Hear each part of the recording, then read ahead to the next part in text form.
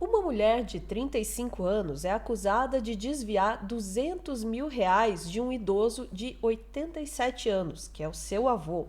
A suspeita disse para o avô que os valores sumiram porque o Lula tinha cortado o benefício, segundo a polícia.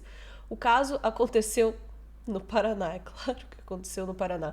E é claro que a família está, obviamente, indignada. Vamos saber mais sobre esse caso com a nossa Daiane Oliveira, aqui no Plantão do Meteoro. Bora lá.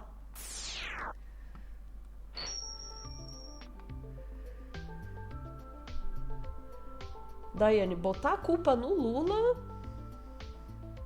É claro que aconteceu no Paraná, né, Ana? Desculpa, Paraná. Mas Paraná, Santa Catarina, Rio Grande do Sul são estados assim que a gente tem uma recorrência de alguns casos específicos. Desculpa de verdade, pessoal, mas não é Infelizmente eu pela tenho lugar de fala para fazer não é essa pela piada. xenofobia, é isso. Não, desculpa, pessoal, mas agora falando super sério, Ana. E Lula e o PT cabe perfeitamente nesse caso. É um caso de uma jovem, né? Uma pessoa aí de 35 anos, não tão jovem assim, para o ponto da gente dizer, não sabia o que estava fazendo, alguém ali de 17, 18 anos, né? Não é esse o caso. E essa neta de 35 anos, ela foi acusada de desviar cerca de R$ 200 mil de seu avô. Quando o dinheiro começou a faltar, o avô logicamente questionou, né, para onde estava indo o seu dinheiro, e é dinheiro de proventos da sua aposentadoria, não foi algo de uma vez só. Ela dizia que eram cortes do Lula.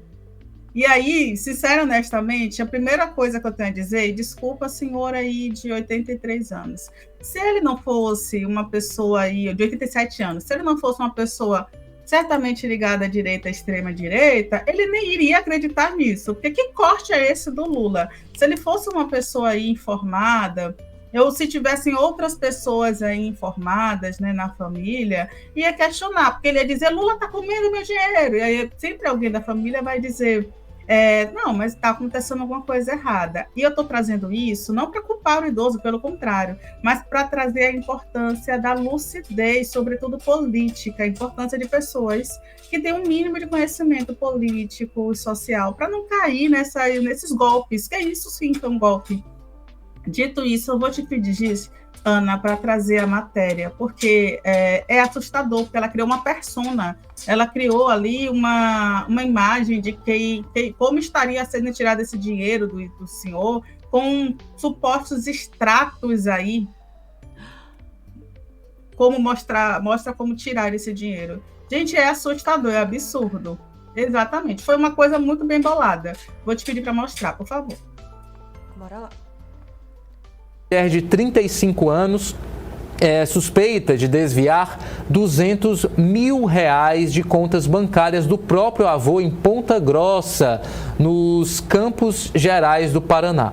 Segundo o delegado Gabriel Munhoz, os valores eram provenientes da aposentadoria mensal que o idoso de 87 anos recebe e de um precatório, dívida paga após processo judicial. Abre aspas.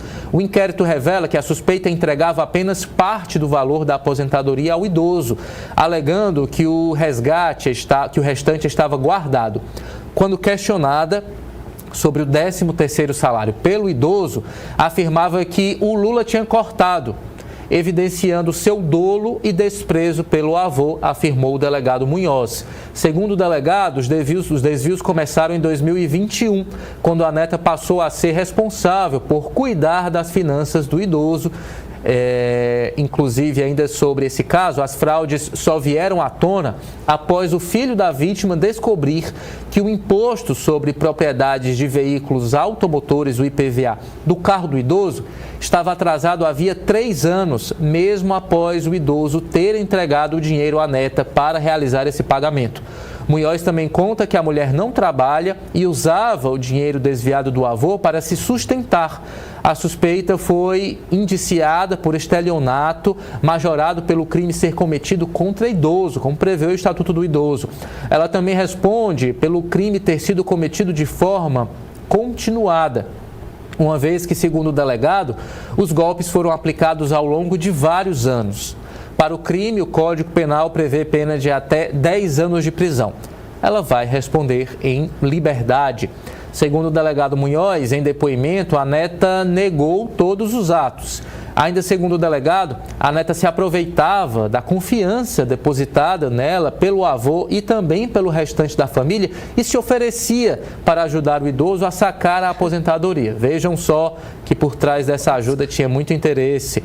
No entanto, ela transferia parte do valor para a própria conta, deixando o idoso acreditar que o dinheiro estava sendo guardado ou então tirado pelo Lula, como ela argumentou. As investigações apontam que, no total, ela desviou cerca de R$72 mil da aposentadoria do avô.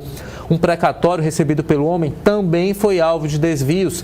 Nesse caso, a mulher se apropriou de cerca de R$109 mil do total de R$123.800 que foram depositados na conta do homem, explicou o delegado. Abre aspas, do valor total do precatório, apenas 14 mil foram efetivamente repassados ao avô, tendo sido informado que o restante estava investido ou bloqueado, quando, na verdade, os valores foram sendo retirados ao longo do tempo.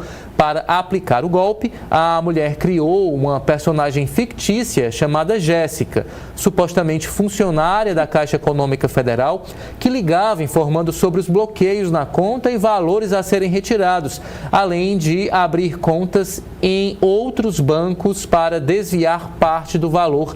Detalha Munhoz, essa é a personagem criada por essa neta sem escrúpulos, né? Que neta é essa capaz de roubar o próprio avô? Criou esse personagem, né? Com crachá e tudo. E ainda tem a documentação ali, uma possível documentação referentes a essa situação. Difícil, né? Difícil, né, Ana? Não é uma coisa fácil. Eu vou te pedir até para botar a matéria do G1, justamente porque a família tem uma entrevista com o filho, né, desse idoso. Teve a imagem dele, o nome completo preservado, logicamente, com sigilo, mas a família levou, né, isso para a imprensa porque é um caso absurdo. E aí esse filho desse idoso fala na entrevista que dá uma dor no coração, quase de morrer, e às vezes fico pensando assim, a coragem de uma pessoa dessas. Eu franquear tudo, deixei na mão dela, acreditando que ela era uma pessoa boa, e ela ter coragem de roubar nesse tipo. Isso é roubar. Eu trabalhei desde piá, né, desde pequeno, toda a vida, nunca peguei 10 centavos de ninguém, porque agora vem uma sem vergonha dessa me roubar. Foi a fala do idoso, que acreditava ali que a neta fosse uma pessoa boa. Infelizmente, o pessoal até comentou, gente, Ponta Grossa, né, a cidade de Joyce Hasselman. Sim, a cidade, eu não entendi a relação, mas sim a cidade da Joyce, tá? Ela nasceu lá. Mas, infelizmente, a cidade também foi aí o centro também dessa investigação. O inquérito revela que a suspeita entregava só essa parte do valor e tentava aí colocar Lula no meio do processo para mostrar, né, para ludibriar o seu avô. É um absurdo, é uma falta de humanidade. Infelizmente, ela tem um advogado, tá, entre aspas, olha o que o advogado fala. E uma coisa, Ana, eu quase ia esquecendo, gente, eu vou falar o que o advogado fala, e aí vocês aqui no chat, depois vocês no corte, vocês falam, será que essa neta está presa ou ela está solta? Porque eu falo isso logo depois de comentar aqui o que o advogado fala. Não dá spoiler, Ana. O advogado da neta fala que os fatos não se deram como relatado pela autoridade policial. A suspeita vítima era avô da acusada e colaborava voluntariamente para sua manutenção. Então, é como se ele estivesse dando dinheiro para ela se manter. Ela não trabalhava com 35 anos. Ademais, os valores são inferiores aos indicados no inquérito, mas mesmo não tendo ocorrido qualquer fraude, a acusada pretende ressarcir o avô pelos valores emprestados. É como se fosse um empréstimo, um valor menor, de acordo com o que foi dito aqui pelo advogado da vítima, que é o Fernando Madureira. E essa acusada, ela prestou depoimento à polícia, logicamente negou os fatos, ela foi ouvida e liberada. Ela está solta. Eu só espero que sem acesso às contas do avô, tá? Mais uma vez. É isso. Que absurdo, né, Ana? Que crueldade. E a gente poderia olhar para esse caso e pensar assim, é um caso pessoal, é um problema da família. Mas como a Dai bem pontuou ali logo no começo, esse caso evidencia o quão fácil é enganar as pessoas quando elas estão presas dentro de uma rede de desinformação, de notícias falsas, de teorias conspiratórias, enfim, porque a conexão com a realidade das pessoas se rompe aí. E aí a gente tem a resposta do para quê manter as pessoas nesse estado? Para que teorias conspiratórias? O que é que se ganha quando você faz as pessoas acreditarem em coisas absurdas? É isso que se ganha. É muito mais fácil engambelar as pessoas, é muito mais fácil roubar delas, é muito mais fácil manter elas numa situação de vulnerabilidade e explorar essas pessoas. Aí é uma manifestação particular de uma coisa que acontece no macro, né? Que acontece em escala maior. Mas é exatamente esse mesmo procedimento, né? Eu concordo aqui com a Rosemary que está apontando agora no chat que o fato dela culpar o Lula não quer dizer que o avô era bolsonarista, mas que ele estava afetado por um tipo de discurso aí, né? Que o Lula faz coisas terríveis, olha, o Lula criou-se aí um personagem capaz de ser usado para esse tipo de manipulação, né?